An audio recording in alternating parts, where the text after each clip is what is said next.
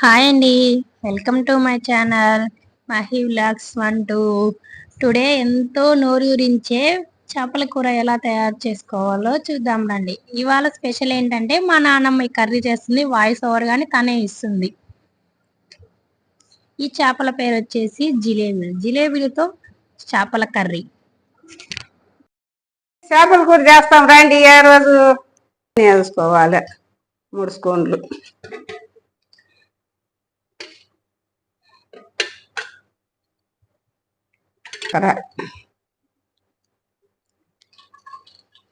ఉల్లిపాయలు,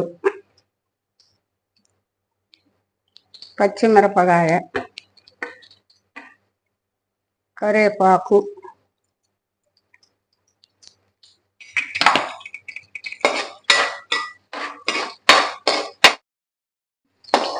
ఒక టమాటా, ఉల్లిపాయ, మిర్చి పెట్టినానండి.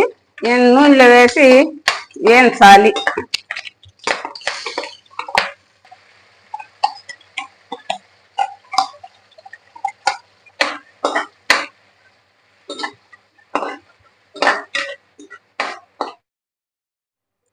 అల్లం పేస్ట్ అండి కొంచెం,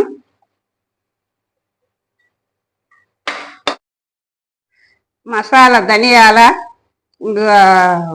తెల్లగడ్డలు, కొబ్బరి, మిర్చికి వేసి వేయాలండి. ఇలా మసాలా ప్రిపేర్ చేసుకుంటే చేపల కర్రీ బాగా టేస్ట్గా ఉంటుంది. చూసారుగా, ఇలా బాయిల్ అవ్వాలి, బాగా మరగాలి.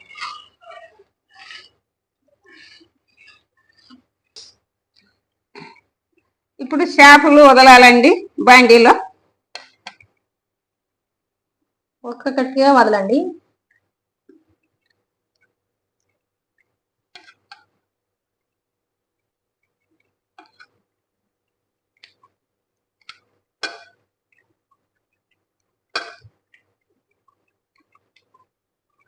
మా నాన్నమ్మ చేపల కర్రీ చాలా బాగా టేస్టీగా చేస్తుందండి.